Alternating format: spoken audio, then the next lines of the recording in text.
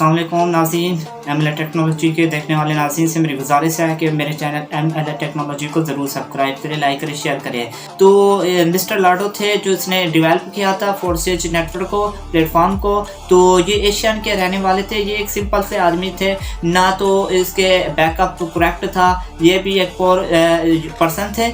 तो उसने मेहनत की बहुत। तो स्टार्टिंग में उससे एक टीम बनाए, पार्टनर बनाए, तो उसके लिए टाइम लगा, लेकिन आज ये फोर्सेज 200 कंट्रीज तक फैल चुका है। तो ये डिसेंट्रलाइज सिस्टम इसको क्यों कहते हैं? ये 2012 से अभी तक नेटवर्क स्टार्ट हुआ था, तो अभी तक कोई इसमें कोई प्रॉब्लम नहीं आई।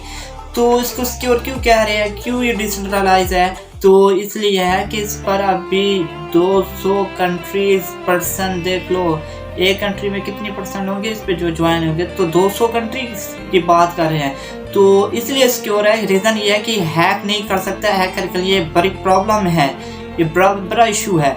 अगर हैक फोर्सेज को अगर कोई हैक करना चाहे हैकर, तो उसके लिए 200 कंट्रीज से पर्सन जितने भी ज्वाइन है फोर्सेज, उनको हैक करना होगा।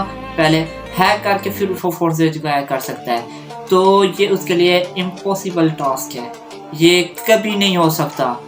तो मान ले अगर हैकर हैक करता है, मान लेते हैं इस चीज़ को, तो हैकर की कितनी कैपेसिटी है?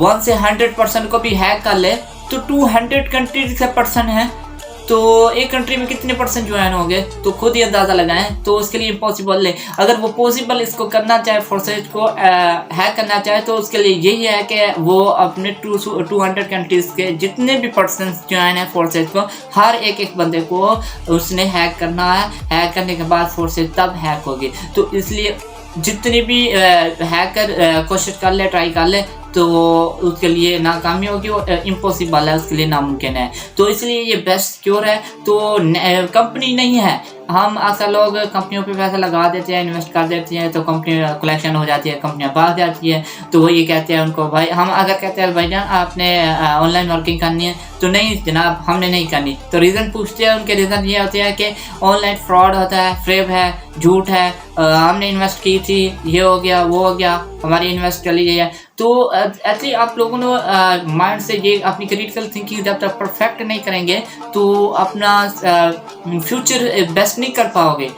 तो अगर अपने फ्यूचर को देखना है, तो आपको मुश्किलात का सामना तो करना पड़ता है। तो आपने जब कंपनियों पे लगाई थी, तो वो चीज़ अब भूल जाए।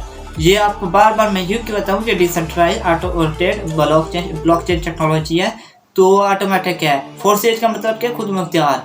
तो इसलिए मैं ये कह रहा हूँ कि ये कोई कंपनी नहीं है। ये आपका पहला डॉट ख़त्म।